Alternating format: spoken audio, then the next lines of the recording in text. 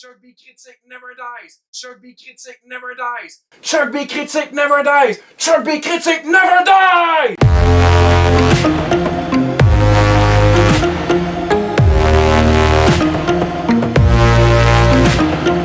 Bonjour et bienvenue à Chuck B Critique. Aujourd'hui, je donne mon avis sur la série Cobra Kai, saison 1 et 2. Mais sans spoilers. Toi et moi, cette histoire, c'est loin d'être réglé. Initialement sur YouTube Red, puis récemment distribué par Netflix, mettant en vedette Ralph Macchio et William Zabka, cette série suit les protagonistes du film The Karate Kid, ou Le Moment de Vérité, maintenant adultes, qui en viennent, pour dire sommairement, à raviver leur vieille rivalité d'autrefois. Même si le nom de la série peut laisser sous-entendre qu'on va être maintenant dans le camp adverse du Karate Kid, on a droit à la place à un assez bon équilibre de points de vue qui montre constamment les deux côtés de la médaille. Faut que je dise que je suis assez fasciné qu'une blague de How I Met Your Mother a pu devenir une de mes séries favorites. The Karate Kid was William Zabka, star pupil of the Cobra Kai dojo, whom this monster defeated with a cheap, illegal head kick in the most tragically haunting film ending of all time.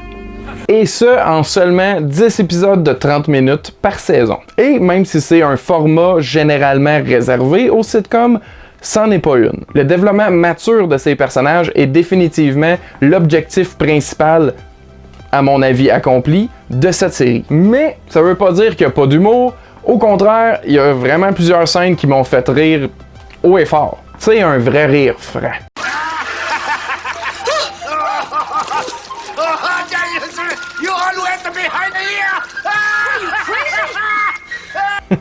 Ce qui est à mon avis autant redevable aux gens qui ont écrit les dialogues que ceux qui les performent. Non seulement on retrouve les mêmes acteurs originaux, comme mentionné plus tôt Ralph Macchio et William Zabka, qui reprennent leur rôle, mais qui sont encore meilleurs que lorsqu'ils étaient jeunes, donc ça donne des super bonnes performances. Mention spéciale au personnage de la femme de Daniel, ainsi que l'actrice qui l'interprète. Courtney Hengler est vraiment juste parfaite pour ramener n'importe qui, en particulier son mari, sur Terre. Elle dit tout le temps la vérité, en pleine face, pas de bullshit.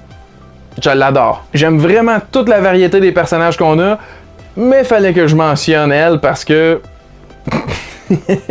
parfaite. J'ai bien apprécié aussi que les créateurs ont su équilibrer autant la compétition entre Daniel et Johnny que celle entre les jeunes qui reçoivent l'enseignement de leurs sensei respectifs. Bien que ça peut paraître facile ou même cheap d'inclure des adolescents afin d'essayer de rejoindre autant ceux qui ont jamais vu le film des années 80 que ceux qui en sont nostalgiques, c'est au contraire extrêmement logique avec la franchise en général. Puisqu'un des thèmes principaux de ces films-là et de la série est l'impact que nos actes peuvent avoir, positif autant que négatif, sur les autres. En particulier dans ce cas-ci par l'enseignement de codes moraux et façons de vivre.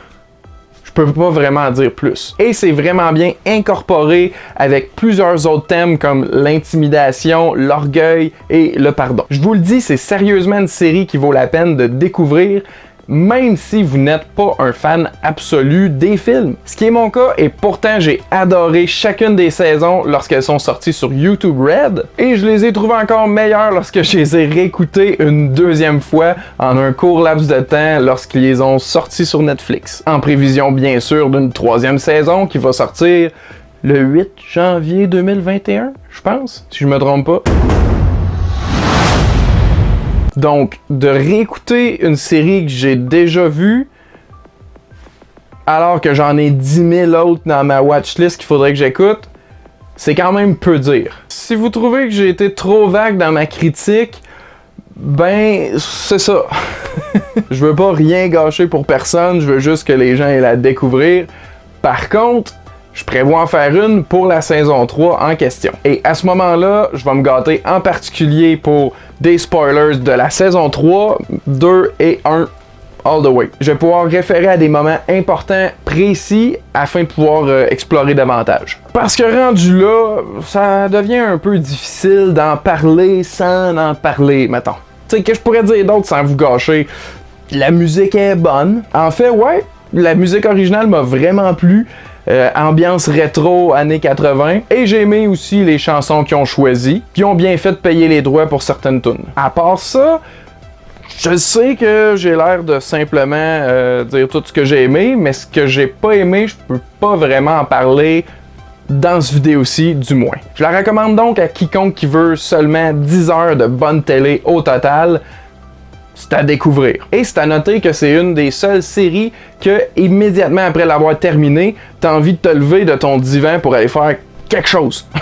Peu importe, quelque chose. La preuve, j'en fais la critique après couple de mois d'absence.